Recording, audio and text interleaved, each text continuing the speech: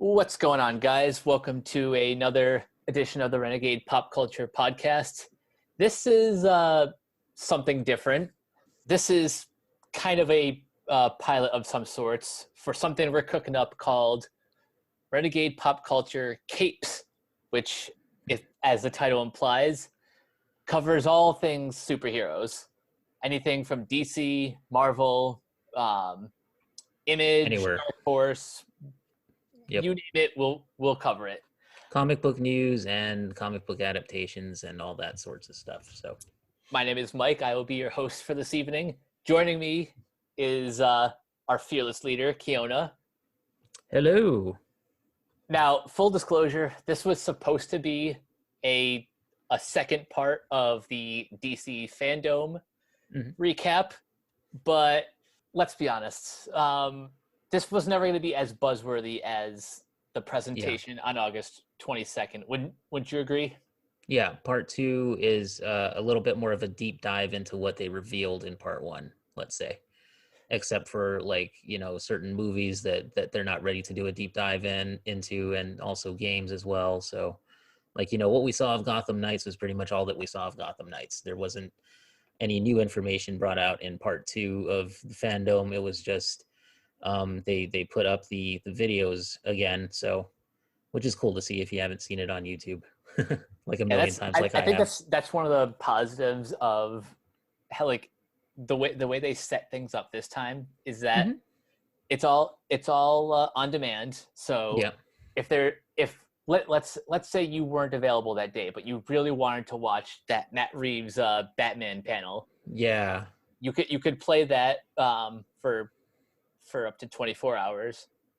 You just watch it over and over and over and hear him talk about Batman over and over and over for 24 hours. Yep. On a loop. Plus they had a bunch of in-depth fan Q&As. Something that I really liked was there was a panel. It was like a 2-minute video where Junkie XL previewed the Justice League theme. Very cool. Very cool. Yeah. I wasn't one of those people who hated Danny Elfman's score for Justice League. I just thought absolutely not. I just thought it was kind of mediocre by his standards. By his standards, yeah. It was sort of like you could tell he just kind of rushed it, and you could tell it wasn't really. Well, I mean, I hesitate to say that it wasn't doing it justice. It was just that he, and plus that's a pun, but he just, it seemed like it was just a very rushed sort of job. And yeah, I'll just leave it there. It, just to put it in perspective, it's kind of how I feel about Michael Giacchino's score on Rogue One.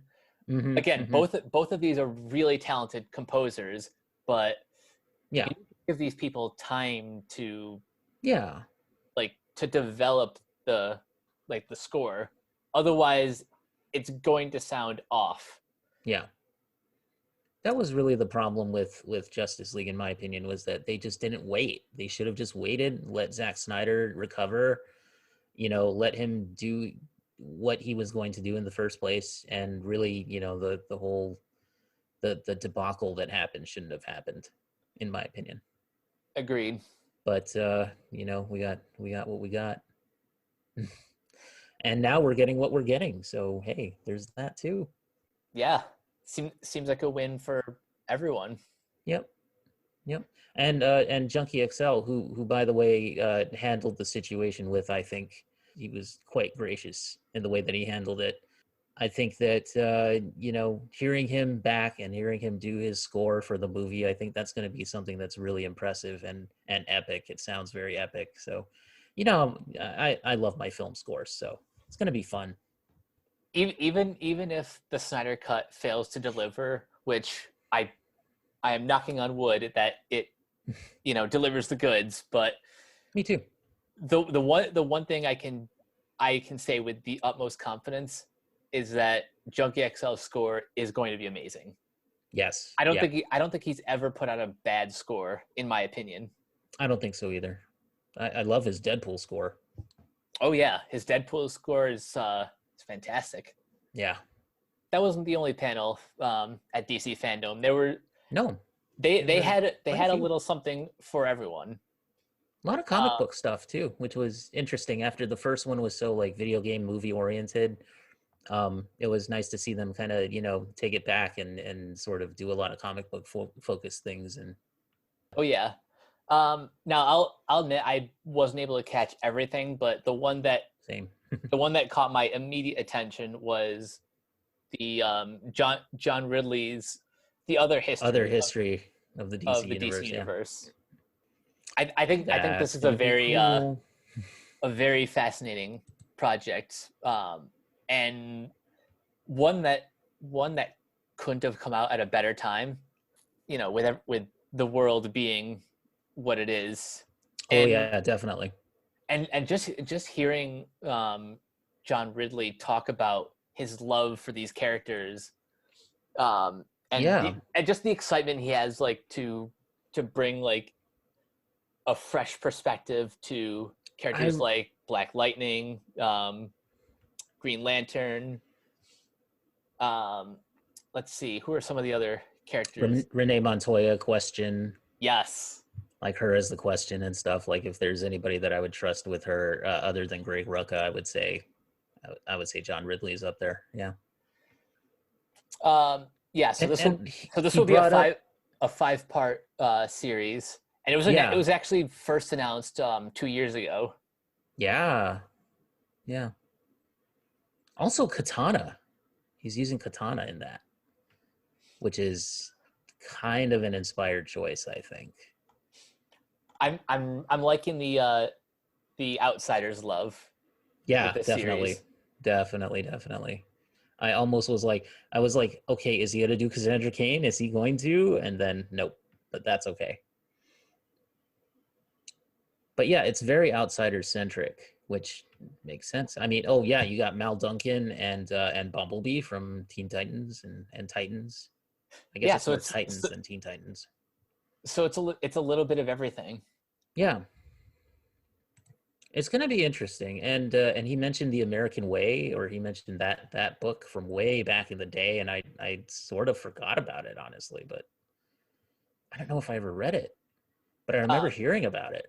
yeah, I haven't read it either, but I know I remember when it was first announced. Yeah, yeah, Like all the all the press that I've read for it, like really propped up like Academy Award winning writer John mm-hmm. Ridley. John Ridley, yeah, And that's like the perfect amount of prestige that you want for a series like this. yep. So That's all what he were can some of the say. other Comic Central panels that you saw? Comic Central panel. So I saw this one that was kind of interesting, that was more art centric, that was about the talent that DC has in South Africa, which was cool. To see these guys draw both on tablet and paper, with pen and paper, like physically, and then to see them draw also on the computer and stuff is just amazing. The talent that they have and the dedication to their art is just wonderful to see. I saw I understand this is an older documentary, but I saw the Dwayne McDuffie documentary for the first time. I hadn't seen it until now, and Oh, great. that was very cool.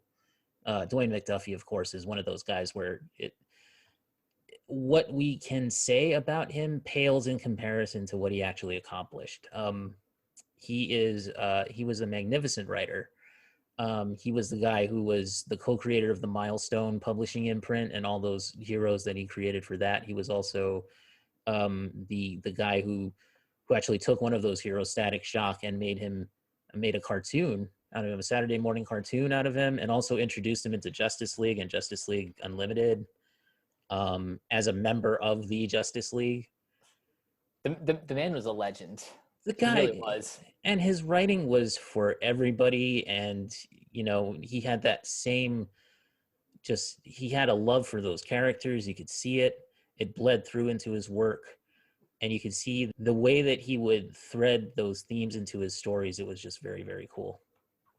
and he had that same thing that you know that all the great writers have and all the great artists have. Jack Kirby, Stan Lee, Steve Ditko, everybody, you know, Jerry Siegel, Joe Shuster, Bill Finger, Bob Kane. I mean, just everybody who has contributed to these heroes that we love so much. You know, he had that in spades, and so Dwayne McDuffie, you know, just hats off to him.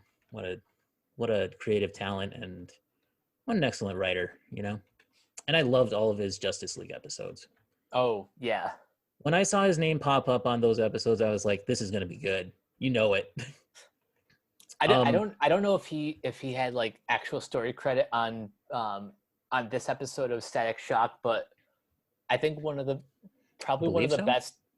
best episodes of that series was the one where where they like confront racism head on.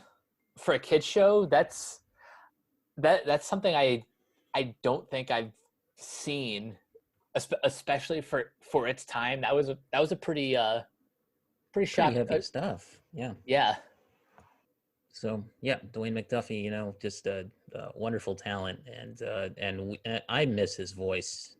I tweeted that out after watching that. I was like, you know, I really miss his voice in comics and animation. A great loss when he passed.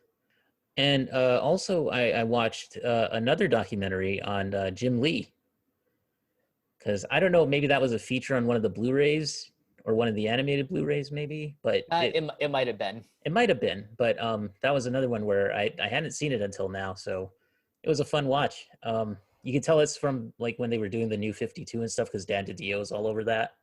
Oh yeah, and he's talking about the New 52, and I kind of forgot like until recently that DiDio's been gone from the company for a while. Yeah. I guess that was just like the first salvo fired, you know, in terms of them cleaning house and restructuring. Which is, of course, still, I think maybe still happening, or maybe we're seeing the after effects of it finally. But you know, I think that's still ongoing, because a report that I read earlier today before we recorded was one of the reasons why the future of Harley Quinn is kind of in limbo right now is because there's a shakeup at HBO Max, so they really need to see how the show is performing on the service, and they also got to, you know, figure out the budget. On HBO Max or on DC Universe or anything. Well, DC Universe is probably gonna go. If it's not going away completely, it's going to shift.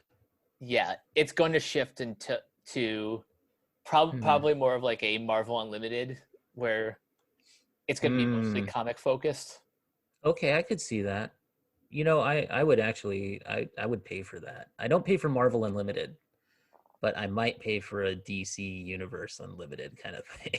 If I can keep my current membership and just just keep paying the $7.99, but have like all access to like all their comic library, that would be amazing. Yeah. So like Harley Quinn, I would say everybody just go ahead and watch it, because we want that show to continue. Yes, please. Definitely. You know, I will say this DC Fandome, for me, it kind of made me a Harley Quinn fan, because I was always a little bit on the fence. If you remember that Tuned Up from way back when, where I was like, it's okay. It's not my favorite. But I like the way that they wrote her for that little segment here. Oh yeah. That was the perfect amount of sass. That was really good. Then one thing I'm really glad about is how when Harley Quinn premiered on HBO Max, it did get more people interested in the series. That's good. Yeah. I mean, that was probably the intention from the beginning, I'm sure. But I'm just glad that like it's more in the conversation now. Speaking of HBO Max, we have some good news about Doom Patrol Season 3. I have not watched any Doom Patrol. I'm so sorry. I'm so behind. That's okay, but I have to assign you that homework, because because Doom Patrol, I feel, is a show that something tells me it's going to be a show that you will just love, because it's completely off the walls, insane, in all the best ways. Like it really takes a lot of inspiration from mostly the Grant Morrison comics, but also a little bit of Gerard Way's run. Like it makes like some references to like the classic Doom Patrol from the 60s. It's got a little bit of everything. Very nice. And Cyborg as a member of the team is he's surprisingly like the grounding element of the show, because without him things would go completely off the rails. That's also got Brendan Fraser in it as Robot Man, right? Yes. Oh my God, sold. Yeah, so of course, like one of the first panels that I had to watch yesterday was the Doom Patrol panel. Okay, I did not watch it, so yeah, tell me about it. Well, the panel was really nothing special, but it's just, I love the show so much that I just love hearing the cast kind of talking about like some of their favorite moments on set. And they also brought on the performance actors for Robot Man and Negative Man, because for those who don't know, Brendan Fraser and Matt Bomer, who voices Negative Man, they're just doing the voice. They're not the voice, yeah. Yeah, they're not necessarily on set. Yep. Or at least not all the time. So yeah. They have like body doubles come in to actually like do the performance. And hearing their like perspective is just really fascinating. Yeah, it's kind of like, it's a bit of a thankless job in a way. It is.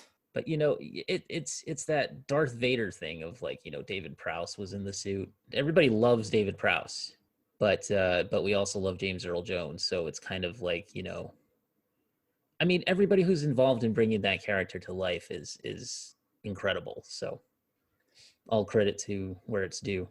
Yeah, for characters like that, it really takes a village. I also saw the Death in the Family panel. Ooh, how'd that go? I missed that one. That was intriguing because basically they had John DiMaggio, who of course plays the Joker. They're basically taking remnants of the Under the Red Hood animated film, which is spectacular and one of my favorite animated films that they've done. Same. So they have John DiMaggio coming back, reprising his role as the Joker, and they re-recorded some new material, or re-recorded some lines and recorded some new material. And Bruce Greenwood is coming back as Batman.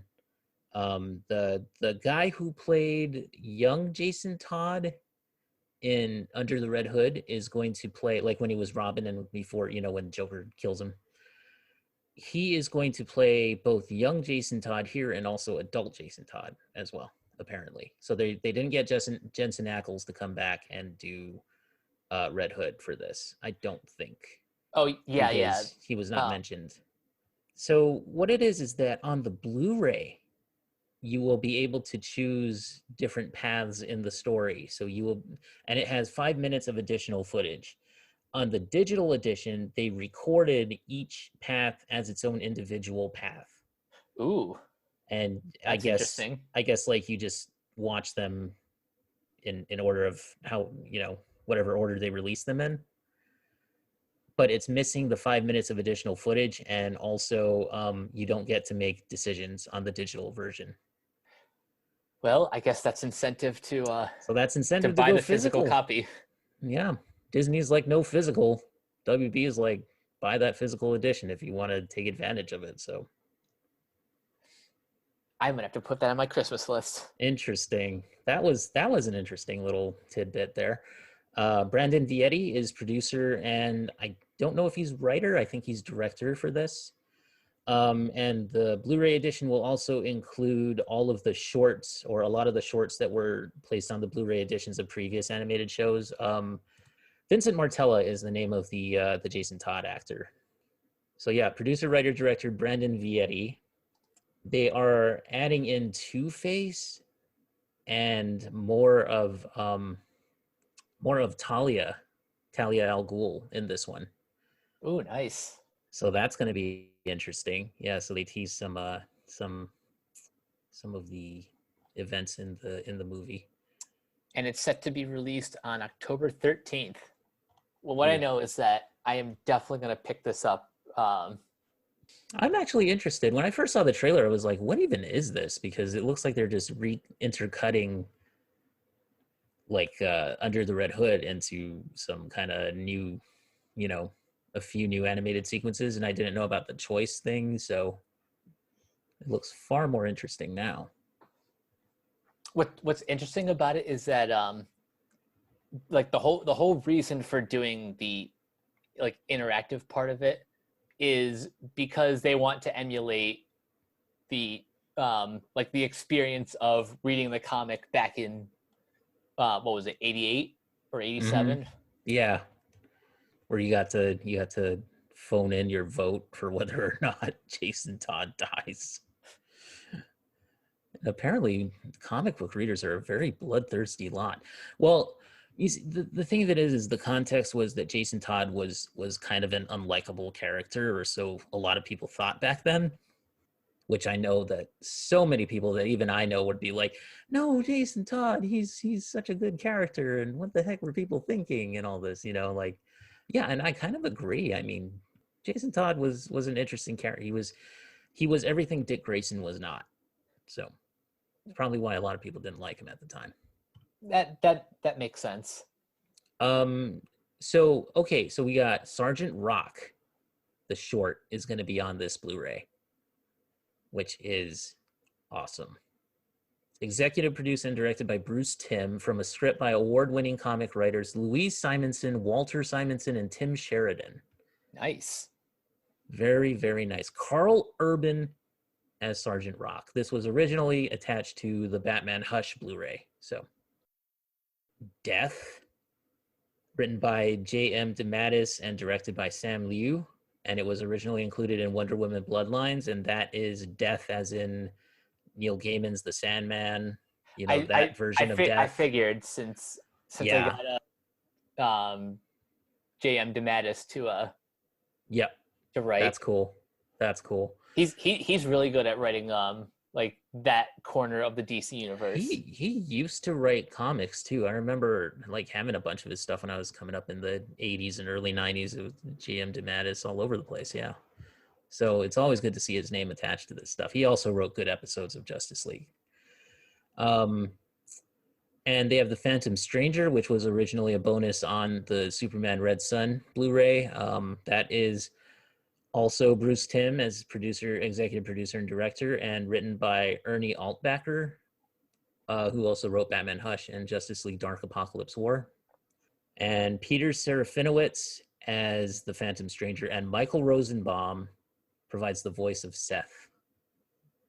Nice. So very cool. Always very cool. Good to see Rosenbaum peeking back into the DC universe. Did you hear on his latest podcast on Inside of You, the one that the interview that he had with Jensen Ackles, and he said that apparently he has skin cancer? I heard about that later, but not actually on the podcast. Yeah. That is so, best to him. Michael Rosenbaum, man. We would love to have you on the podcast, Michael, Mr. Rosenbaum, if you are ever willing to, because huge fan. Oh yeah. Man, what an actor. Also of his Flash too, of his voicing the Flash, as well as his tenure on Smallville. And then the fourth short that is also added to this disc is Adam Strange, which was also written by J.M. DeMatteis and produced and directed by Butch Lukic. Nice. Who also did Superman Man of Tomorrow, apparently. And that was attached to Justice League Dark Apocalypse War. So I did not get the Blu-rays for those. I think I bought them digitally. So yeah, I haven't picked up a Blu-ray for any like DC animated films like the last one I bought was, I think the last one I bought was like Justice League Doom, and that was like Wow, all the way that was back. way back. Yeah, back in like 2012. That was back when I was on. Yeah, I was on Oahu, man. Just yeah, even for these shorts, like they have great voice casts and everything. Like you know, Greg Griffin, great Delisle Griffin, and Roger Craig Smith, and Kimberly Brooks, Roger Cross, Fred Tatasciore. Yeah, I mean these Keith Zarabajka, Kari Walgren. You know, Keith Zarabajka is another guy. Like I will always know him as Holtz from Angel, and also the guy who was not Bullock in The Dark Knight,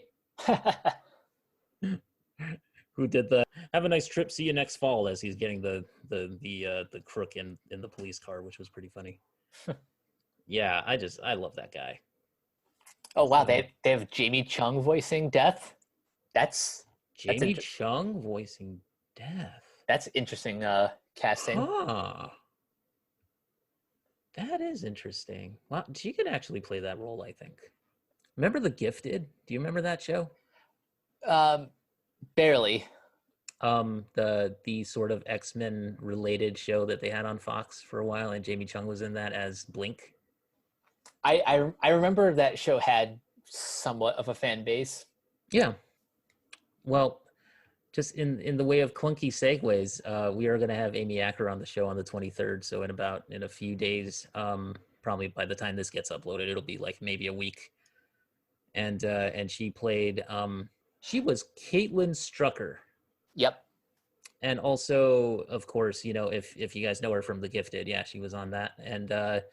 And of course, Fred and Illyria on Angel, and Root on Person of Interest, and Whiskey and Dollhouse, and just like, yeah. So I am so happy because she is my favorite. So we're gonna have her on.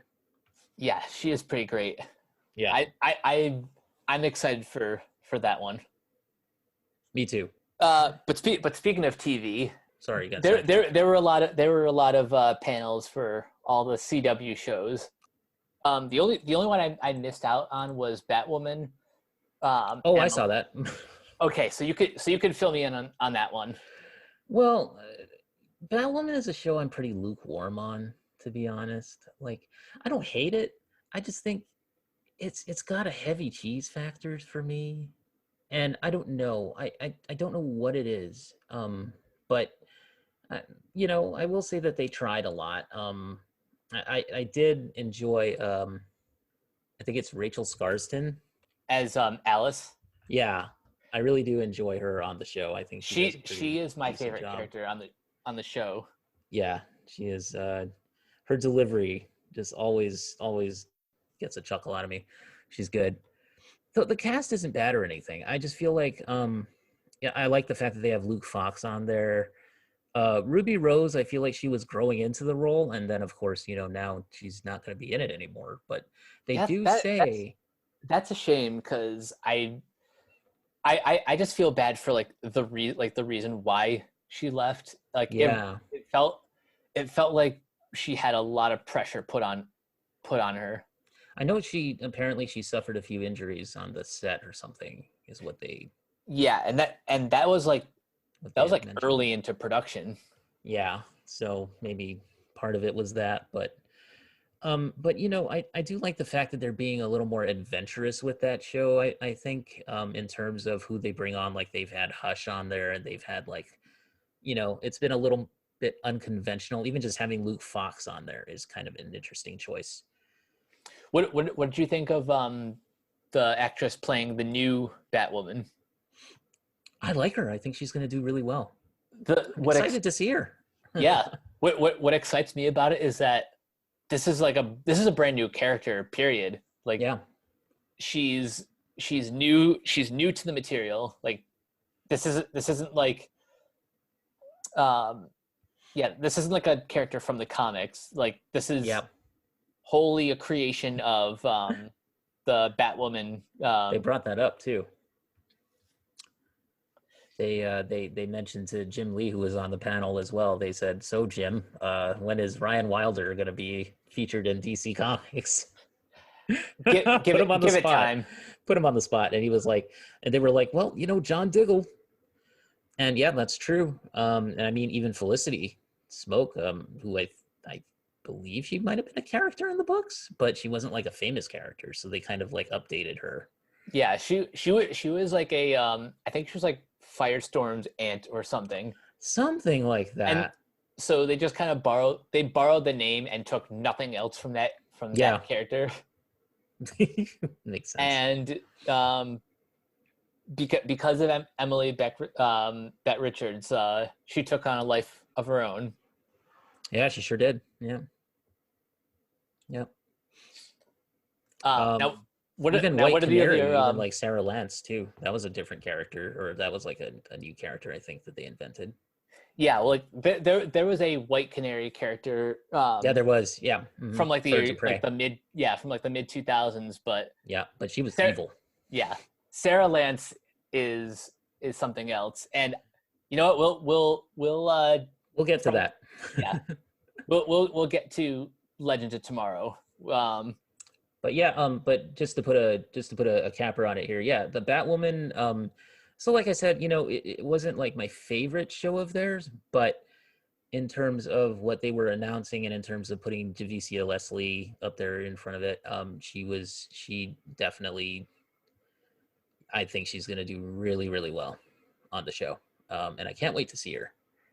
And like the thing of it is that really interests me in terms of the Batwoman series is the fact that it's set in Gotham. You don't have the Batman baggage to it.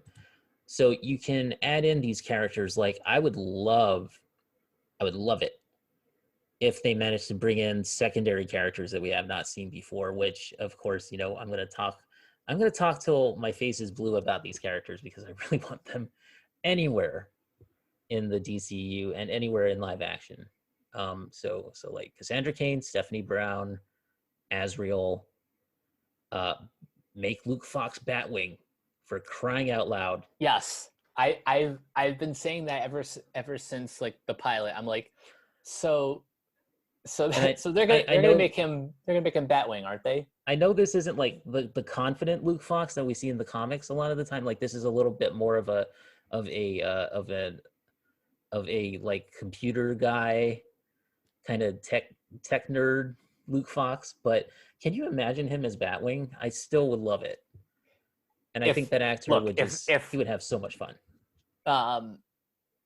If the Cisco Ramon as depicted in The Flash can have his time as Vibe, then the Luke Fox on Batwoman, I have no problem believing will become a convincing Batwing.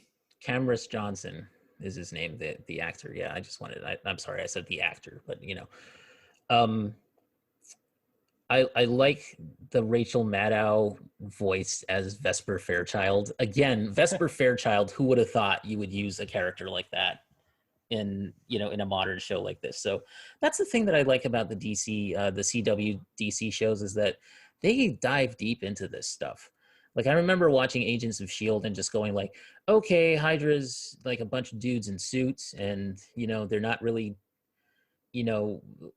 like let's save a plane from going down by inflating a life preserver or something and using that to block the door when it's open and to stop the cabin from pressurizing. I mean, Agents of S.H.I.E.L.D. to me was just stupidity every week. I never made it past episode 5 of Agents of S.H.I.E.L.D. I think I stuck with it through 2 seasons and I was just like, nope, I'm done. I can't even deal. So like, but then watching Arrow at the same time and seeing them actually name, like, okay, this is completely not comic book accurate, but they named the ship Amazo. And like, like they were willing to do that and dive deep into it. So I love that about the CW DC shows, is that at least they're willing to do all that fan servicey stuff without it being too in your face like Gotham was for me. Yeah. That was another show I couldn't finish the season. I got halfway through the first season and then just kind of noped the rest. Yeah. But I understand that a lot of people also say that that show got better, just like Agents of Shield supposedly got better. Yeah, that's what I've heard too, and maybe one day I'll go back and finish. But Yeah. for now, I think I have enough on my plate already. Okay, but here I am going off on a tangent again. I'm sorry.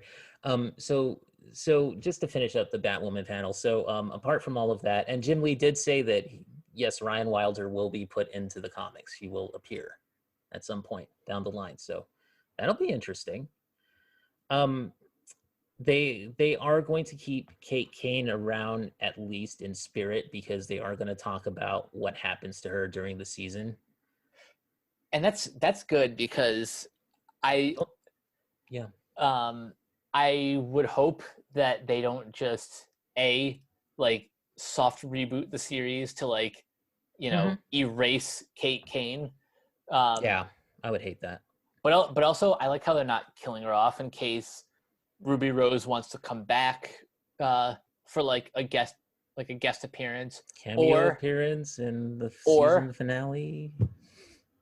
Or let's say they want to keep using the character, but Ruby, like the bridge has been burnt between between like the Berlanti verse and Ruby Rose, so they hire someone like a Wallace Day, who if you haven't seen the show Krypton, she was like one of the central characters. Oh, I have to watch Krypton. I have not seen Krypton. I understand it was good, surprisingly.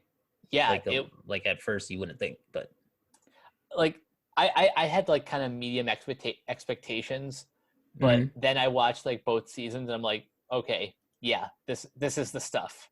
How crazy is it that we've had Smallville, Krypton, Supergirl, and then we're gonna have Supergirl or Superman and Lois? It's interesting, like not necessarily connected, but I mean just the fact that we've had all these different like versions of it. Yeah, like we've had what's interesting about Superman is that recently. Yeah. What's interesting about Superman, especially recently, is that the mythology of like surrounding him is apparently like more flexible than the character himself. Yeah. Like sure, we're getting Superman and Lois in January, but DC fans are still kind of holding out for either a Man of Steel 2 or just more Superman appearances on the big screen. More Cavill Superman, definitely. More Henry Cavill Superman, please. Let the man really have a chance to play it. Yes. And play a little bit more Clark, because I think he makes a really good Clark. Yeah, he was really starting to nail it. I like him as Clark Kent. Like the last 5 minutes of Man of Steel was brilliant. Like Cavill's like playing Clark like pretty much perfectly. So I want to see more of that. Me too. You know what? Since we're talking up Superman so much, let's dive right into Superman and Lois. Okay. Did you get to see the panel? Yes, I did.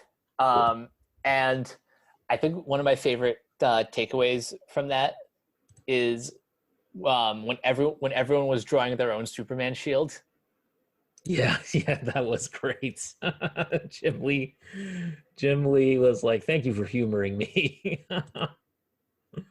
I gotta say, like, I've looked at that symbol so many times, but I never saw it that way either. Yeah.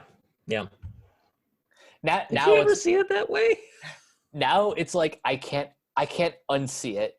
For those who don't know what we're talking about, the way that Jim Lee describes how the shield is constructed is first you draw the shield, like you draw the diamond.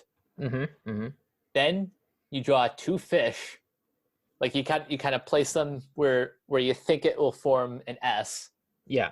So basically, and then you draw like little squares in the corners. Yeah. Like one fish facing left, and that is like the top fish, and then the bottom fish is the one facing right. So he's basically creating the S in the negative space. Yeah, you're drawing the negative space around the object. Yeah. Which And is I can't believe like I've never thought of it that way. crazy.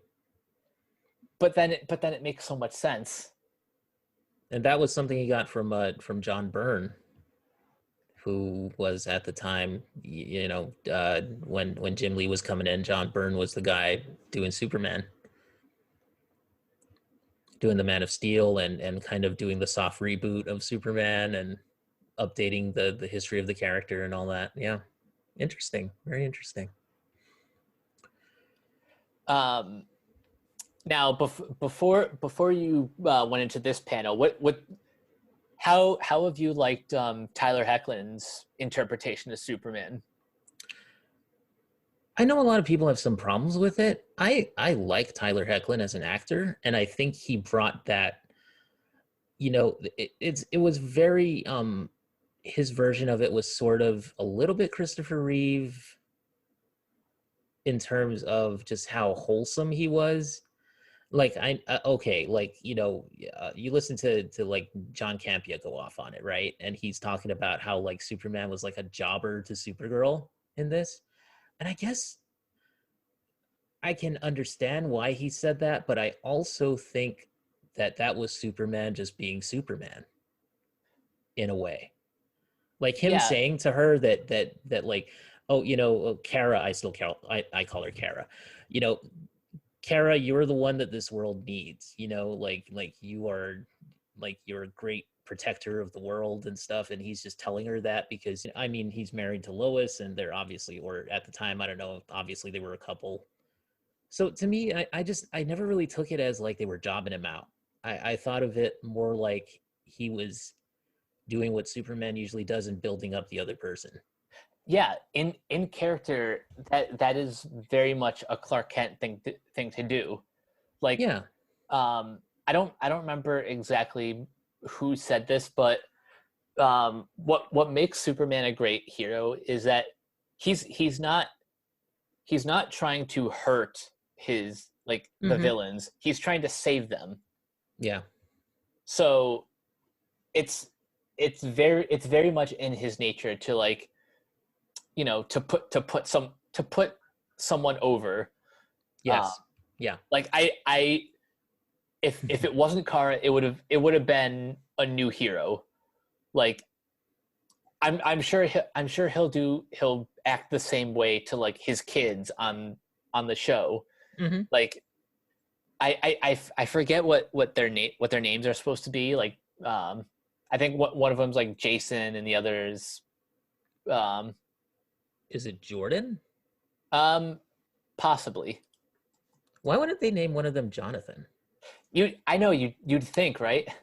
Because that's the kid's name in the books, really. Yeah. Oh, okay. It's Okay, Jonathan yeah, and yeah, Jordan. Jonathan and Jordan. Okay. Okay. Yeah. So they did Um, name one of them Jonathan. Okay. Thank God. Ooh.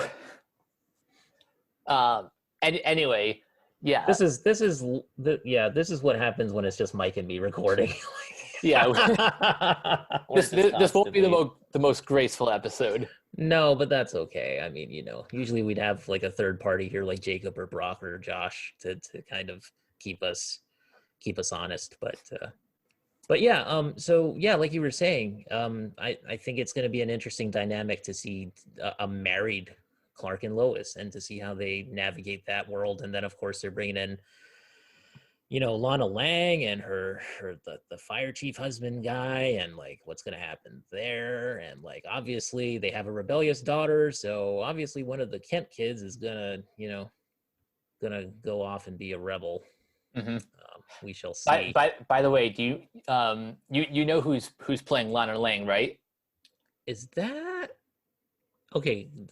Go ahead and tell me, because I wanted to Okay, follow along so here. it's Emmanuel Shrieky, who if you've ever seen Entourage, it's Sloane. Yeah,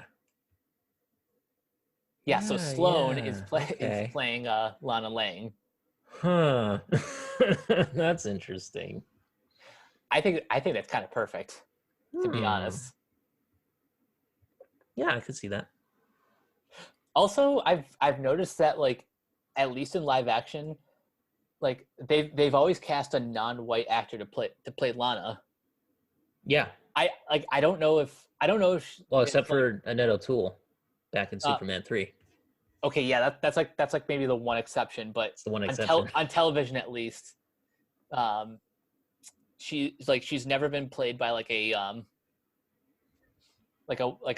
Caucasian actress, Yeah. which is good because diversity is important and stuff. But Hmm. Hmm. um, and they've done really good choices to play the character. Like And there's I gonna be there's gonna be Sam Lane, the general. oh yeah, you got to have General Lane in a story with Lois. Yep. It's gonna have a definitely a hate on for his son-in-law, I would think. Or maybe not. Maybe they'll go opposite that. Maybe they'll be like, nope, he's totally fine and copacetic with Clark, but I don't think that's gonna happen. We'll have to see. Todd Helbing, the producer, did tease a new suit for Superman. So it's gonna be interesting to see that. Hopefully one that looks Less more with the cape things on the shoulders, maybe. yeah I I'm hoping for a more classic suit. Yeah.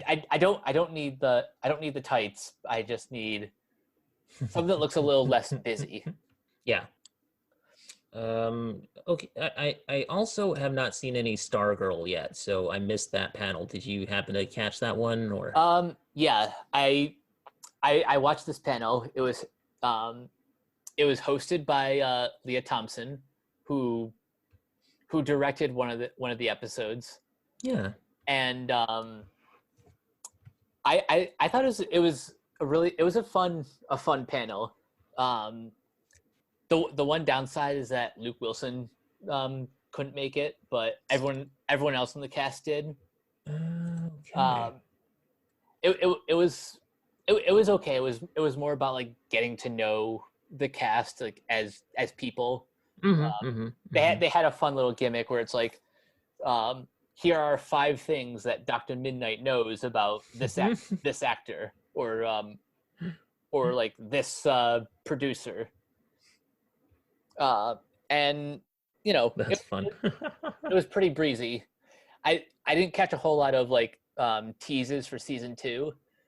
It was just kind of more like getting to know the cast, getting a little bit of a peek behind the curtain, um, and That's cool. it's Yeah. it's kind of par for the course in terms How of is the show, in your opinion? How is the show? the show is okay. So I think the best like overall DC TV adaptation is Watchmen. That's Okay. that's like that's the bar. Okay. Um, Number 2 would be Doom Patrol. Okay. Um, and I would say Stargirl is like probably number 4 or 5 as far as like one of the best kind of like pure superhero show. Okay. Like it has like it has like the production value of like one of the more expensive episodes of The Flash or Legends of Tomorrow. Mm-hmm. Actually, it's a little bit higher budget than that, but Okay. Okay. um, but it like tone wise, it feels a lot closer to like Smallville Yeah, I kind of than get it that. does than it does the other CW shows. But it also just fits really well in that realm. I like Courtney as a character, so I'm interested in seeing what they did with her. And also the fact that she's like a legacy character, that the Justice Society of America kind of way. Yeah. So, If you like the Justice Society of America, then you're gonna love Stargirl because okay. this show is all about legacy. Um, That's That's a plus. Yeah, I'll probably Yeah, like it. it's it, I just haven't had the time to watch it, to sit down and watch it. So but yeah, I think this is one that you're really gonna like. Jeff Johns, who wrote whose first comic was Stars and Stripe. it was, yeah. Um, Mm-hmm. he's Mm-hmm. he's like the creator and showrunner of Stargirl, and you can feel his passion for this character like throughout the series. It's He loves the JSA. That was his golden ticket. mm-hmm. Plus At least in DC, yeah. plus the character Courtney Whitmore was named after his late sister. Oh, interesting. So this is a character Didn't know that means a lot to him. So I'm happy that the show is enough of a success that it got a second season. Mm-hmm. This one though won't be on the DC universe. It's coming exclusively to CW. Okay, so they started it on DCU and then moved it over. Okay, got it. Yeah. Season one was kind of like simulcast on DC Universe, yeah, and then the CW. and then they cut some time off, I think, right? Or some Yeah, like the some portions of the it. first couple episodes had some time shaved off, you know, because network TV kind of has a strict like 42-minute Yeah. runtime. We need our ads. Give us our ads. Ad revenue, people. It could be frustrating, but I understand the logistics of it. Yeah. I mean, you know, got to make money. Right. It's a shame that we won't get any more Swamp Thing. That's a shame. They cancel it after putting one episode up, and then it's like, nope, you're canceled. I mean, seriously. I wish they would have at least waited until the end of the season to announce Give the it a cancellation. chance. But I think that they were just like, nope, it's, you know, and maybe that was like one of the original death knells of the DC universe as a premier streaming platform. Yeah, I guess you could say. It's a real bummer. Yeah.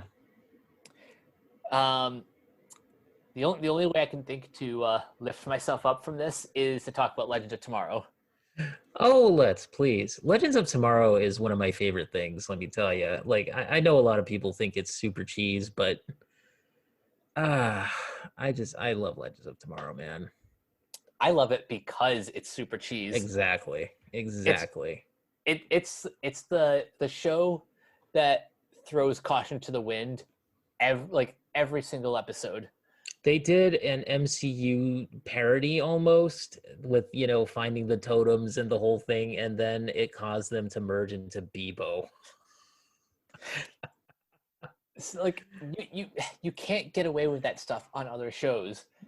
And plus, they brought back Constantine, man. Any show that brings back Constantine, you're already gonna have a place in my heart because, man, I love that character. Yeah, and Matt Ryan like is the character. Yeah. Matt Ryan's perfect in that role, man. Just like that, like I said, that one, I've said it before on the podcast, but that little scene that he had with Tom Ellis, where it was Lucifer and Constantine, and they're like facing off at each other. That scene right there, just give me an hour of that. I would love to see them do like a buddy episode. That would just be the most amazing thing. It'd be hilarious. Same. The snark on that episode, that would just be the best. How much do you think? How much do you want to bet that after Lucifer ends, they'll find a way to smuggle Tom Ellis onto Legends of Tomorrow? I certainly wouldn't mind it. We'll get to the Lucifer panel shortly because I definitely want to hear your thoughts on the musical episode. Okay. But going back to Legends, something that's interesting that's happening this season is aliens. Aliens, yes. Yeah. Like the guy says, Aliens. Yeah, and it like this season they've experimented a little bit with Mhm. taking Sarah out of the group. Well, partially because Katie Lotz was directing those episodes, but Yeah. but I really do feel like they were kind of testing the waters to see like how the team will handle without their fearless leader. Just don't just don't take her off the show, please. Oh no, they cannot do that They because cannot do that. Katie because Lotz has been there from the beginning. if she goes, then the series is done. Yeah. Um, Is Dominic Purcell still on that? yep. Heatwave, is he still a member of the crew? Because he wasn't on the panel. Well, it wasn't on the panel, but But that that doesn't doesn't necessarily mean necessarily he's not mean on the show. yeah. Yeah. But I mean, like, he wasn't on the panel though, which made me worry for a second because, like I said, I'm not caught up on this current season, so I don't know where everybody's status quo is. But I Um, know that they've lost Brandon Routh, and and that was a big loss that's a because huge loss. Why? uh, He went on Rosenbaum's podcast and he was like, "I didn't expect it," and I'm just like, "Oh my god, why did they do it?" yeah, and what is he even doing? Like, does he Is have that another budget product? cuts? Is that what it is? Uh, uh, if I hope it's like I I hope there's a reason. There's like a practical reason for it. Because if it's like I don't like when writers kind of force actors off the show Me just neither. like sure it's their show, they can do whatever they want, but When you have a good thing. yeah, like if it ain't broke, don't fix it. I mean, they've sort of like they haven't done a really good job with Ray, in my opinion, for the past couple seasons, though. Like they haven't like like I said, I haven't seen this season, so I don't know what happened to him leaving or what caused that. But to me, I feel like they sort of haven't given him that good of an arc lately, and maybe that's why. Maybe they're like, well, we've said all we had to say with that character, but I mean still, that I'll give them the benefit of the doubt that maybe that's what they're feeling, and um I won't spoil his departure, but I'll give him some credit that like all things considered, his final moments were nice. It, just seemed like it's a waste to me. yeah, it's unfortunate that we Yeah, lost him, but they. going back to what I said earlier, Mm-hmm. they will. I'm just putting this out there now. Katie Lotz will keep the show on, will keep the show going as long as she's still like in the cast. Mm-hmm. What's interesting though is that like her like she'll still be an important part of the season, but Yeah, she kind of has her own storyline, being abducted by aliens, and the Scully thing. Okay, I get it. yep, and how the rest of the team handles it, I can only imagine. Mm. Hilarity ensues. All right, we'll see. I'm Um, gonna try to remain cautiously optimistic about that. They did say though that she is gonna stay on the show, that they're not losing her. So thank God for that. yeah, Because yeah, I love me some Katie Lotz, man. We gotta have her all the time. Every show. I, Every show I, should have Katie Lotz. I even want her to. I want to see more of her directing. Like if she's gonna be out of like if she's gonna be out multiple episodes, then it would be nice to see her behind like sitting in the director's chair again. Yeah, yeah, that'd be cool. Because she did a really solid job her first time around. What But else has been going on there, like with Legends? I think well, first of all, let me ask you, where did you leave off? Are you still kind of in the I middle was of like season right 5? at the beginning of season 5, so I was like right after the Crisis on Infinite Earths kind of episode that they did, which was I think the first episode of the season. Yep. Um, okay, so Yeah, so I haven't seen a bunch. um, So one of the new characters that they introduced really at the end of season 4, but he gets his time to shine in season 5, is Zari's brother, Yeah, A-Rod. yeah, yeah. And I really like A-Rod. I feel like he it feels like he's written to be Ray's replacement in Mm-hmm. some ways because of Mm-hmm. his friendship with Nate. Yeah. Um, and I'm only okay with that because I like the character and the actor playing him. Yeah. He seems like just a really fun guy to hang out with. Yeah, And he's definitely he's got the spirit of the legends for sure. yeah, and I even liked like when he was kind of talking about his experience like as the new kid on set. Yeah, yeah, Um, that was neat. that like by like the third or fourth episode, it felt like he was there forever. And when you're watching the show, um, like they write him in a way that like you think he's been there forever, Hmm. which is Yeah, yeah, that's what I understand is that they brought him in at like as if he had gotten the totem and Zari did not, yep. something like that. Because he was originally dead, right? He died in the in the Until future. they, yeah, until they Yeah, did the shenanigans and brought him yeah. back, and yeah, But that's something I like about both Legends and the Flash, how they'll let certain actors like play hmm, multiple different versions of characters. oh yeah, if you got the multiverse, why not? Mm-hmm. But yeah, Legends. Oh man, that's that. You know, overall, I do really love the show. So I hope that they just continue onward and just keep on. You know, keep being crazy, man, because we need it in today's world. I think you know a lot of people are like, oh, it doesn't take itself seriously or whatever. But I think that's the joy of it, and I think that you know you got to have a crazy comic book show. Otherwise, what's the point? Some comics are crazy. Some comics are you know, like I used to read the Young Justice book, like not the Bendis run, but like the Peter David run with Oh Todd yeah. Knock as the artist.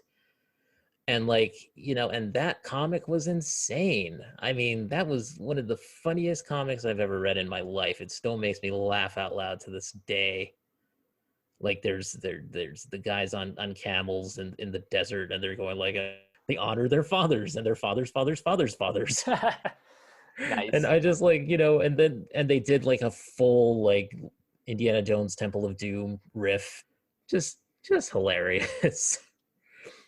And they had instead of Buffy the Vampire Slayer, they had Wendy the Werewolf Stalker. I love it. That book was one of my favorite things. And like the yeah, it was just that book was a romp. Um and you know, and I will say this for Brian Michael Bendis in the new version. I just read this book. You know, I read like 18 issues of it over the past few days. So I like the fact that he did try to capture some of that spirit, and he did bring in some characters from the original book, like Sissy King Jones, like Arrowette, and brought her out of retirement for an issue or two. I mean, that was cool. So That's like, that's good. I'm glad that yeah, that brand is back. yeah, me too. Speaking of Young Speaking of which, Justice, um, segue.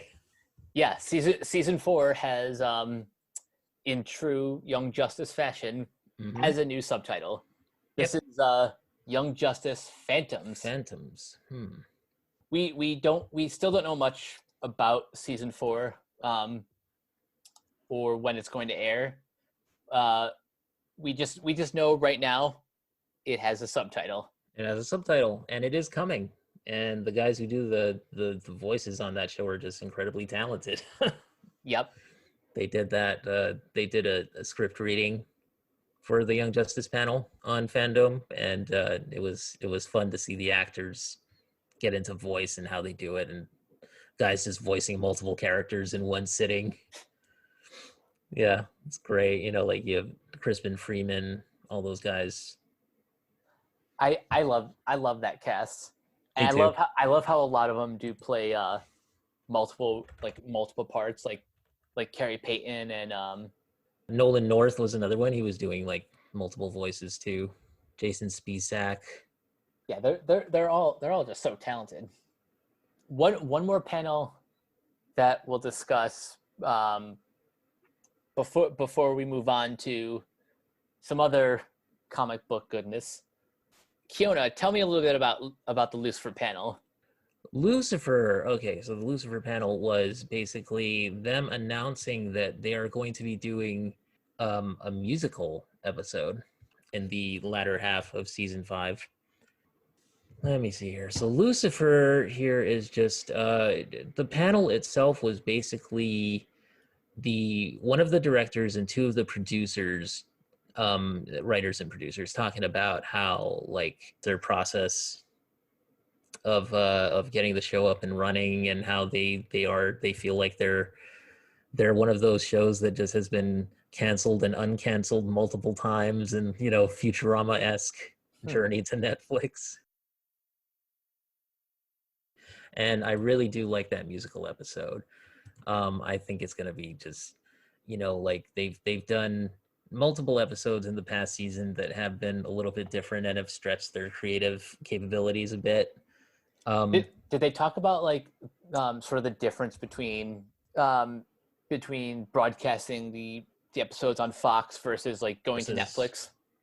I don't know if they mentioned anything specific. I think the main thing is just the fact that the episodes are longer and they have a little less constraints in terms of what they can do with the episodes. They can be a little bit more adventurous, let's say. So, and they don't need to like break for commercials or anything. And they don't have to break for commercials. Yeah, you still have the act breaks in there, but there are no commercials, of course, which is great. As much as I do that I have come to really love this show, and I've come to really enjoy this cast and how they work together and everything. Like man, Lauren German, first of all, is one of the most beautiful women on the planet. Let's just say that. And she's great as the detective. Tom Ellis, of course, Leslie Ann Brandt, Kevin Alejandro, DB Woodside, which, by the way, awesome dude. That guy's awesome. I feel like for me, that show has been really surprisingly deep. It's not a show where you would think it goes where it, you kind of have an idea of what they're going to do with it, but in essence, they have completely turned it around, and it's a very character centric. It has a lot of development, let's say, a lot of development in the characters, especially in with Lucifer and Chloe and Mazikeen and Amenadiel. I'm very happy with the show, and I think that if they can do anything, like just keep being crazy, keep being like what they do in terms of like having a musical episode, having a noir episode. I mean, like that's just keep doing stuff like that, because I'm embarrassed to say that that I have yet to watch the series, but given how much I love Tom Ellis's cameo in Crisis on Infinite Earths, it has made me want to get caught up. So I am so adding this to my catch up list. That guy could make me tell him my greatest desire. Let me tell you, if he just did that stare, I would just, okay. I would totally break, because that dude is just, he's amazing. He's got that something. If you're gonna play the devil, you have to cast someone devilishly handsome. Yeah, he's got to bring the charm, and that's what he does in the role. And he's funny. He's a funny dude. So yeah, it works, man. It works. And of course you have Amy Garcia as Ella Lopez on that show. She's like the medical examiner. She's great. I love Amy Garcia on that show. She's just fantastic. Their whole cast is great, but yeah, they need to keep going and keep doing what they're doing, because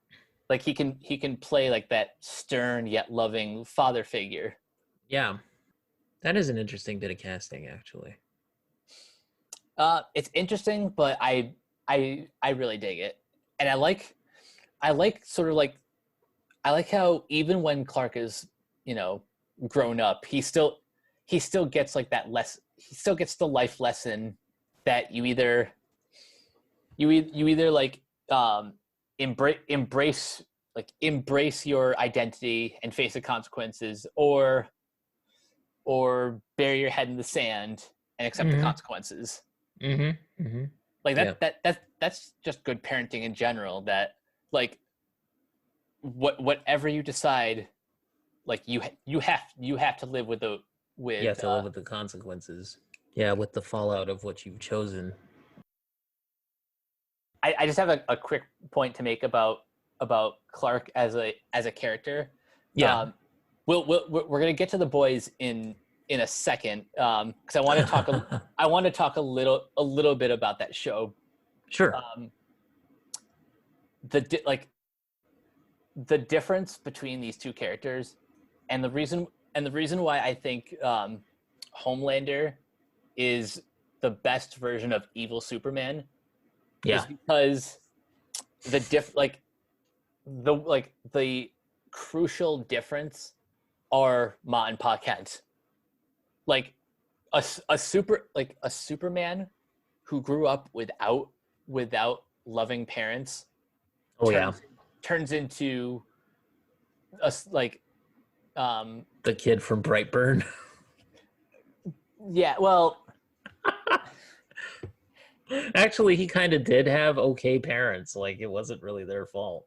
no, it wasn't their fault at all. That's why I don't really like that movie, or Yeah, it was that was a weird movie, but because like the whole reason why he becomes evil is because what, he touches the ship. yeah. um but like I said, Clark's parents are the reason why he is who he is. Mm-hmm. He's a Kryptonian that was raised on Earth. Mm-hmm. Also, I really love how this movie kind of leans into the alien, like the alien aspect of his character, Yeah. and how like Jean Jones and Lobo kind of play equally important role in developing like the superhero Yeah. um aspects. Lobo of all characters. Like in my quick thoughts, I mentioned how in the first half there's a little bit of tonal inconsistency with like I the got that. like Yeah. the animation style kind of has this sort of like retro. It's very bright and Yeah, very like it has. old school. Yeah, it like the animation style kind of feels like it harkens back to like 50s pulp sci-fi, but um but then Lobo comes bursting in, and they have like a Dragon Ball Z fight. Yeah. And Lobo's swearing out the yin yang, and it's just like, and naked Superman, which spoilers for everybody, Yep.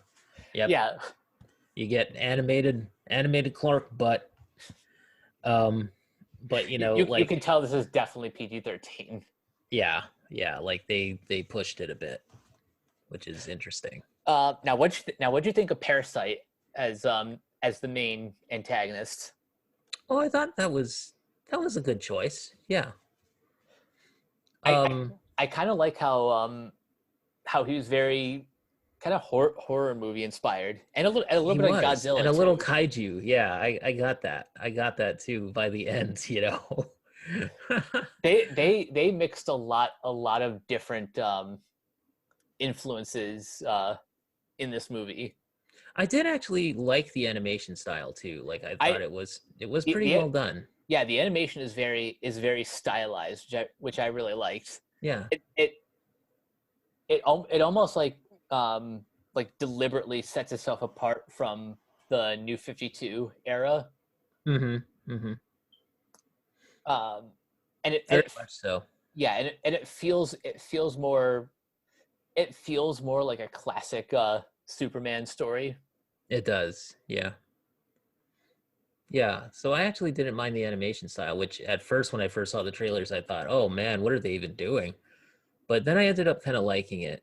Um, I think overall for me, there were some weird moments and some tonally, like you said, it was kind of inconsistent, and that bothered me a little bit. But I think overall, not a bad first outing. A little weird in some spots, but not bad. I want to say it was directed by like a first time director, because I didn't really recognize the names. Chris Palmer, I Yeah, think Chris. he directed some episodes of Voltron Legendary Defender. Okay, so he's got some experience, Yeah. but as far as like the DC films go, this is the first time that I've seen his credit.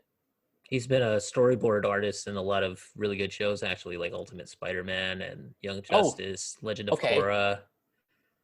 Yep. Um, So yeah, he's so this was his first like feature yeah, directorial like debut, but he has directed episodes of Voltron. yeah, So I I am curious to see what he does next. I kind of hope he does um more films, like more DC films. yeah, maybe.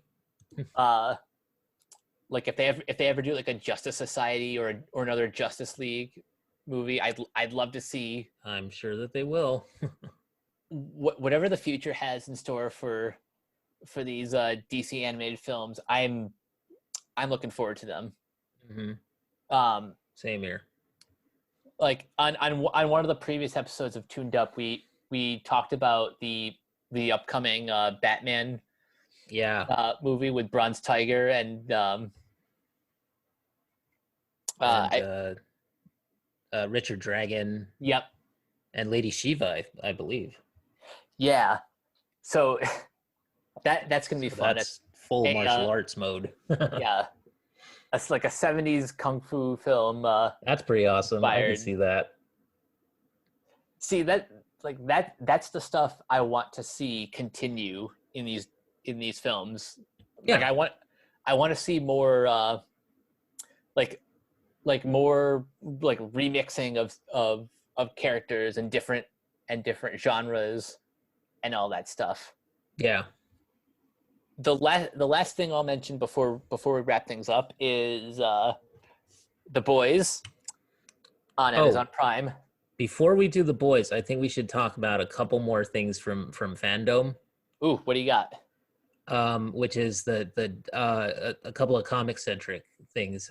One, since we were just talking about Superman, one was a panel hosted by Brian Michael Bendis, who is the current writer of Superman and Action Comics, and he was interviewing um, Gene Gene Yang, who has done the I think he wrote Superman for a little bit. Actually, let me Um, bring him up here. yeah, he wrote Superman, and he also did some Avatar: The Last He Airbender did comics. Avatar. That's right. Gene Luen Yang. Yeah. So he did Superman, and he also did Superman Smashes the Klan, which is pretty timely. Um, and it turns out he grew up reading a lot of the same Superman stuff that I grew up reading. So that's pretty cool. Death of Superman was one of his gateways into the Superman Oh, universe as well. that's neat. And then Bendis also was talking to Dan Jurgens, who, of course, was one of the writers responsible for the Death of Superman arc. So they Classic. were just kind of reminiscing about that and how Superman is a symbol of hope and and how that hasn't changed even throughout all the years. And he said that people can change, this character stays the same and is always hopeful and is always a symbol of that. And so like it was interesting hearing them talk about like what their first sort of exposure to Superman was. Um and like, Jurgens talking about the old school like Silver Age stuff and like and Gene Yang, of course, had grown up around the same time as me, so that was all Death of Superman, Panic in the Sky, that kind of stuff. Funeral for a Friend, The Return Hmm. of Superman. Man, I remember getting all those issues with like the crazy covers and like the whole I deal. have the like the complete Death and Return of Superman omnibus. Nice. It's that was like a very it's a long read, like that entire saga, but it's so satisfying. Yeah. Man, that Doomsday story, I remember reading it with, as a younger me, reading it and just being like, my God, this is so violent. Like Doomsday was just crushing everybody, and like the whole Justice League at the time just got killed.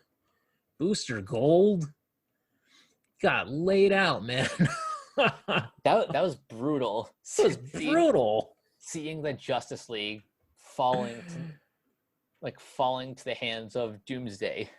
And of course that's me as a younger person, so I didn't know anything about marketing. I didn't know anything about like this was purely a decision based on sales. So like to me it was just like it was seeing your hero just fall. And and then of course we had Nightfall with Batman, and that was another one. But Yeah, like the whole those two like around the same time was wow, and just what a time. Hal Jordan becoming Parallax, turning evil. Oh my gosh, yeah, I kind of miss that. Those were crazy stories, but I mean, like in the Silver Age, they did crazy things too. So that, yeah, I mean, it was all for sales and stuff, and you kind of learn that as you become a cynical adult. But personally speaking, though, I still think that was a pretty damn good story. Like it was. The thing of it was that, and they talked about this on the panel, which was what you saw after the aftermath of it, and how like you had the heroes, and you even had Lex of all people like coming up there and just being like, you know what, I'm gonna miss the guy, he gave me a purpose. And I mean, yeah, I mean, he kind of did. So and even people in real life were like shocked, and were like, you know I think it was like Gene Yang, or was it Bendis? One of the two of them just said that their mother called him up and said, "Is he really dead?" Like they had seen it on CNN or something. Wow. And I mean, it's like it's a fictitious character, but everybody knows Superman. Everybody does. So when Superman dies, it's like the world is like, wow. And of course, yeah, it's a story that deserves to be told in an epic way and to be done justice, pun intended. We shall see. But yeah, I enjoyed that panel. And then another one, the last one I'm going to talk about, is the death metal panel. Oh yeah, this is the one I was sad to miss, because I when it comes to current comics, I'm behind at least like half a decade. So Yeah, I missed out on like the whole dark metal saga, but yeah, me too. I have them I though. still wanted to check out this panel just to hear more about their crazy ideas. Yeah, it does seem crazy. I love the fact that they're they're leaning into the heavy metal influence here with this, which is very cool. And plus, they named the Flash tie-in episode, the Flash tie-in issue is going to be called Speed Metal. Nice. That is hilarious. It's great. Like, yeah, I mean, I think the thing that I'm really enjoying about DC right now, and I know that like they've been cutting a lot of books and stuff, and I hope that they bring some of them back. Like Batgirl and stuff like that. Like I think they have plans for it, but we'll see what happens. Just the fact that they're having so much fun, like I was talking to Josh, actually our co-host Josh, and he was showing me like a lot of art and stuff from his Daredevil trade paperback that he just recently got. Like he was sharing with me that. And I told him something that is kind of an odd thing, but since this is a comic book show, how there's the artist and the writer and the colorist, and there's also a guy called the letterer. who's the guy that adds all the onomatopoeias, all the booms and bangs and blams and all that, and who also does all the word balloons and the word balloon placement and the font that they use and everything's done digital now. But like, I remember how like in the 90s lettering was so vibrant, and I feel like in terms of Marvel versus DC, I feel like DC has the upper hand in terms of lettering. Like for some reason the house style at Marvel irritates me, and I don't know why that is. Everything looks the same. Maybe that's what it is. Every book looks the same. Whereas in DC, if you pick up a Dark Knight's Metal book, or if you pick up like Curse of the White Knight, if you pick up like Young Justice or Superman, all the lettering is very specific to the character in question. And that's the thing that I like about what they're doing with the lettering in DC. And that's just like me, that's a pet peeve, you know? But like, I miss that sort of individualization. And I feel like DC has done better at that than Marvel. Like even when I was reading the New 52, that's always something that stood out. Like anytime like the title character was having a monologue, like you get a box with like their emblem and then their thought. That's the kind of individualism that I've always appreciated about DC. Mm-hmm. And Marvel was really good at that in the 90s, like when they had Comic Craft doing their lettering, which, you know, that's changed a lot. We barely see Comic Craft featured in a book anymore, I feel like. But you know, like I mean, I remember reading the X-Men in the 90s and stuff, and the lettering in those books was always crazy. And that to me just like it added to it. It made it more exciting. Like lettering, you'd be surprised. Like that's an important thing. And I feel like, you know, those guys just don't get enough attention, don't get enough appreciation either. Yeah. So, you know, we have the greats like Todd Klein and Tom Warzakowski and all those guys, but like, and Chris Eliopoulos, but we also have, you know, like the like Richard Starkings and his bunch of people, his crew, and like Troy Pateri and A Larger World. And like, it's just, you know, yeah, lettering. It's important, guys. Let's give like Marvel, don't make it so damn uniform. It's so uniform through all the books, except for the X-Men books. They're the only ones that do the lowercase ultimate style lettering now. But like, just give it some individuality. I don't know why that bugs me so much, but it just does. So maybe it's just me. Could be. But I'm ranting. But anyway, it is important to give artists credit where credit is due. Yeah, and definitely. Yes, lettering is an art. Yeah, it is. It's part of it.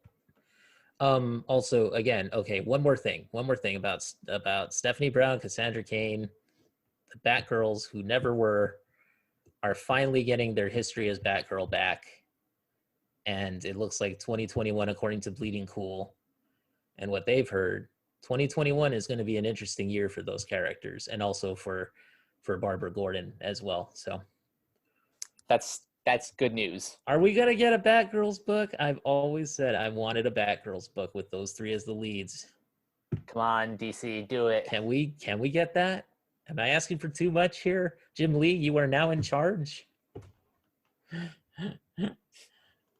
Don't let us down, Jim. We'll see. I mean, they've kind of been lightly teasing it, so we'll see. But okay, let us get to the last big topic of this podcast. Yeah, let's talk about The Boys. This won't be a complete breakdown because I'm not caught up yet. Yeah, of the two of us, I'm the only one that's caught up, and we also will do a full podcast once season 2 ends. But for now, I want to throw it over to you first. How are you liking it so far? Loving it. Loving it. I what is it with the more mature, you know, comics getting like really good television adaptations lately, like Lucifer and like, you know, and The Boys? I mean, like, this has been, and Watchmen, of course, like you said. Yep. Yeah, I mean, like, The Boys is an indictment of society. Like, I feel like The Boys is an indictment of commercialism. It's an indictment of organized religion. It's an indictment of hero Government. worship, government, corporations, fame, how much importance we place on fame. Uh, uh, and it's even like it's a tale of, you can totally tell that this is Eric Kripke from Supernatural, who is the showrunner, executive producer of this, because again, it's about people in the middle of a conflict, and like, where, like, you have the two different extremes. You have the more corporatized superhero extreme, and then you have Billy Butcher. Mm-hmm. And Billy Butcher lives up to his name. Yeah, as he puts it, fucking diabolical. Yes. By the way, Carl Urban, man, God bless you, Carl Urban, for having the career that you have had, and for not giving into the pressure of being like a leading man in like a romantic comedy or something, because dude, this man is the best. Like, how does he do it? How does he keep going into these roles and just nailing it every single time? Like, I would go as far as to say that this might be Carl Urban's best performance. other than Dread, I agree. Yeah, other than Dread, Which we need another Dread. yes, So do. Carl Urban as Billy Butcher is he's like he's despicable. He's like, he's an awful human being, but he's the right kind of awful in this world. Yeah. Like, I love him, and I don't even want to love him, but I love him anyway. I mean, like, he and Homelander, the guy who plays Homelander. Yeah, the actor who plays Homelander, Anthony Starr. Anthony Starr is his name. I often confuse him for Bradley Cooper, because Yeah, they have pretty much the same face, but I think that just kind of adds to his character and how much you love to hate him. I love the guy who plays Homelander, because he plays him with so much smarminess. Like, his performance is just a lot of fun to watch.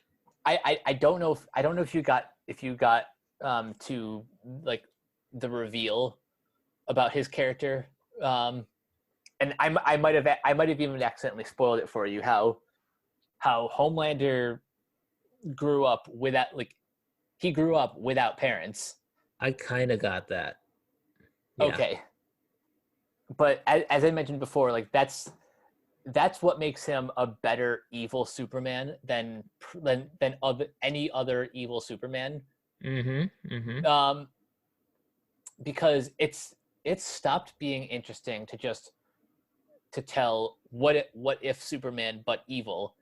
It, like, you have to take it further than that. Like, yeah, what if Superman but evil because no parents? Because exactly. when you remove the parents, you remove his humanity, and when you remove his humanity, you remove any reason to sympathize with him, and that's what makes him such a great villain. He's also suffering from a huge case of Arrested Development. Yeah, as you can see by his interactions with what's her name? Madeline Stillwell. Yeah, Madeline Stillwell. The great Elizabeth Shue. Yeah, like everyone in this cast is perfect for their roles. I love Jack Quaid as Huey, and I love how Simon Pegg. Me too. And Simon Pegg. Fun fact about the character in the comics. Yeah, he looks like Simon Pegg. Yeah. That's intentional too. Like, yeah. like he was specifically designed Yeah, to be Simon Derek Pegg. Derek Robertson designed him as Simon Pegg. And the only reason he's playing the dad in the series is because he's obviously aged out of the part. Mm-hmm, mm-hmm. But Well, he does a really good acting job in this show, though. I mean, like, yeah, he does. he's pretty amazing, What actually. Yeah. I like about Jack Quaid Mm-hmm, as his character is that Huey is the heart of the boys. mm-hmm, mm-hmm. He keeps them honest. He's the only one with, like, a conscience, Yes, he is. even though he's also kind of being a dick by lying to Starlight. A little. Mm-hmm. And Aaron Moriarty. Oh my God, she is just, yeah. I Yeah, love her. I love her as same. Starlight. Yeah. Jack Quaid, by the way, is a fellow April 24th baby, except he was born 11 years after me. Oh, But yeah, he was born on April 24th, 1992. So, fellow April 24th guy. Hey, there you go. nice. Good on you, Jack. Good on you. Yeah, but Erin Moriarty is just, yeah, I loved her from minute one. I was like, man, her introduction was just like, dude, I'm like, yep, that is my favorite character right there. She's just bench pressing cars. I'm like, yep, I like her. Yep. She was just, yeah, she's great. And it's so interesting to see how her character, like, the way that they sort of do her development as well. Like, she's, you know, obviously she has a problem with how they're using her, and they are using her. That's all that the Oh no, corporation is yeah, just using they are, her. like, And I love the fact that they, it's both sides. It's like, you can have the corporations manipulating her this way, and then when she goes in the opposite direction, they manipulate her that way. It's like the way that the system is set up is trash. mhm. And and I think that's kind of an important thing that may be cynical, but it's kind of an important thing to keep in mind when you see, like, what you see in the real world, kind of. um like there's manipulation, and it goes both ways. So When it comes to, like, people in power, you know how the saying goes: power mhm, corrupts, and absolute power absolute power. corrupts Yep. absolutely. Yeah. And you also kind of see that with Billy Butcher in a way, Yeah, because he's he's corrupt in his own. He's kind of corrupt by, um, vengeance. yeah, He's just vengeance. That's all he cares about. So it's going to be interesting to see what they do with him as well. And Huey is the guy who's kind of in the middle. yeah. The only reason he's in this at all is because his girlfriend got accidentally murdered by a clumsy speedster who, Yeah, who then um bragged about it. yeah. That was one of the, what though, that was one of the things that hooked me from like the first 5 minutes. I think that I went on Facebook or Twitter or something, and I just wrote after the first 5 minutes had aired, and I was like, I'm hooked already. Like, seriously, this show, yeah, this show is definitely, it's definitely one of my faves. Two names that we kind of have to mention are Seth Rogen and Evan Goldberg, who have Hmm. apparent who, outside of the Green Hornet, Hmm. have done an incredible job at bringing these more, like, mature comic titles to life. I never got to finish Preacher, but Hmm. Yeah, I but never got to. I haven't watched but it yet. I watched the pilot and was thoroughly impressed Okay, uh, with their work. And I'm gonna have to boy, watch that. I think The Boys might be their best, like their best credit to date. Well, this isn't really a comic, but I also think American Gods is pretty good. At least what I saw of it. but I still need to go back and watch a whole bunch more. So Oh yeah, I have to start that one too. I know that's not a comic, but it's Neil Gaiman, so kind of It's close, comic adjacent. And then we're getting a Sandman.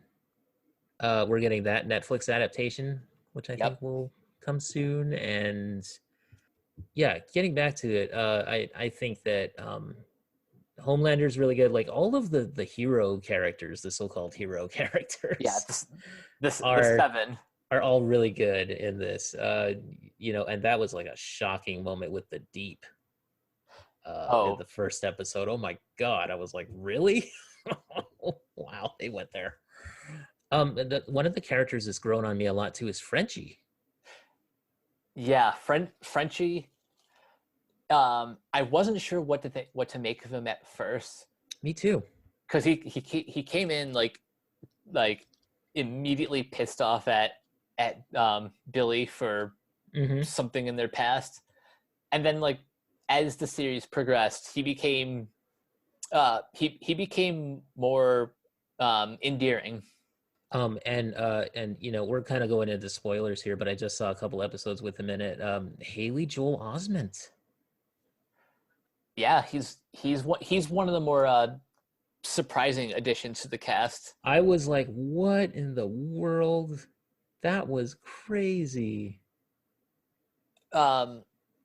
We will definitely talk more about the boys once season 2 ends, but for now, I can say that if you haven't started watching, now is the time because Mm-hmm. this is honestly one of the best.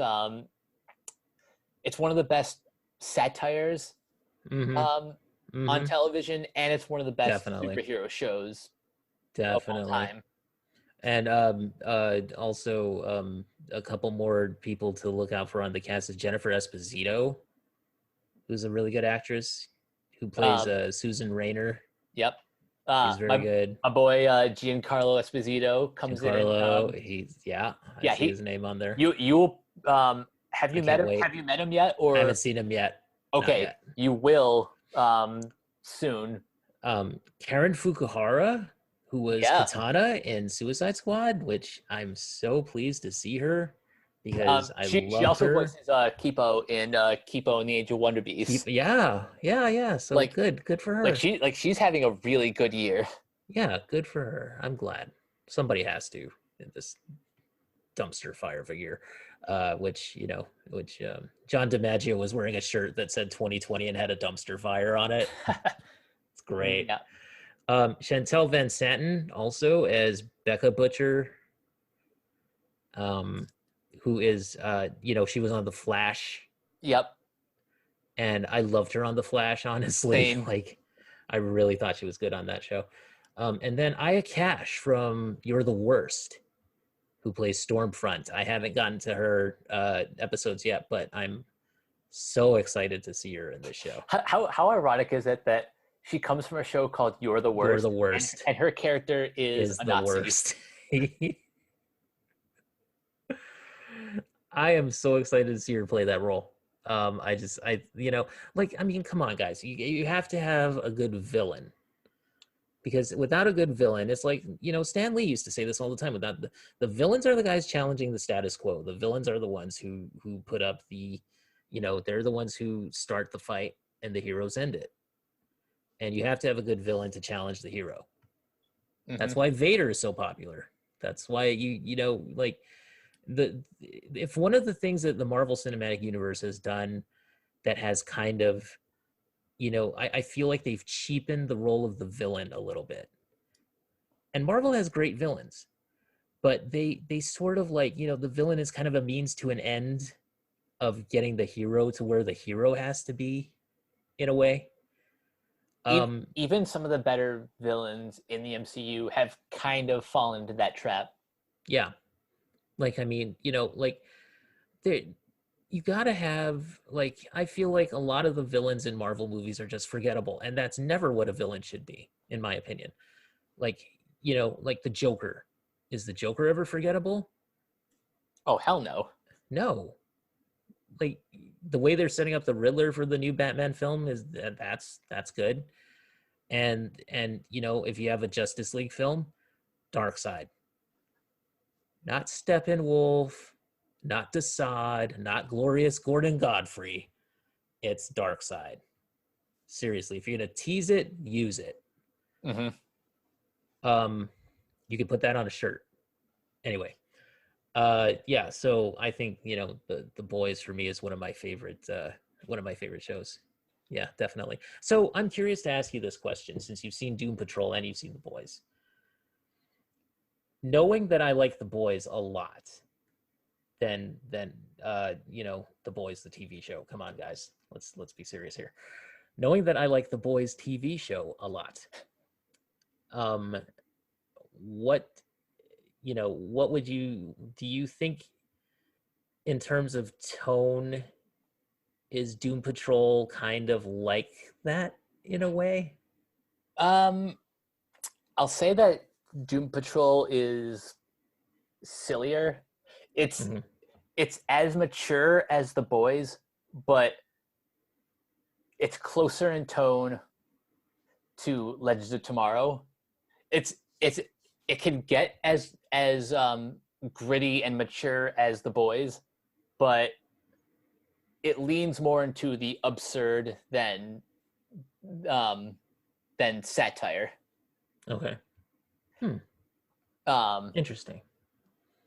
but I think I think like based on our conversations tonight, you are already like primed and ready to go for Doom For Patrol. Doom Patrol. Okay, cool.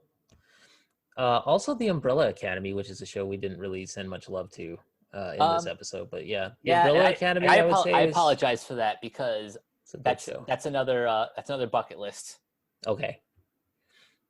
I think for me, it started out a little bit slow and a little bit really like super weird, but it got much more interesting as it went along. So that's another good show, another good one to binge.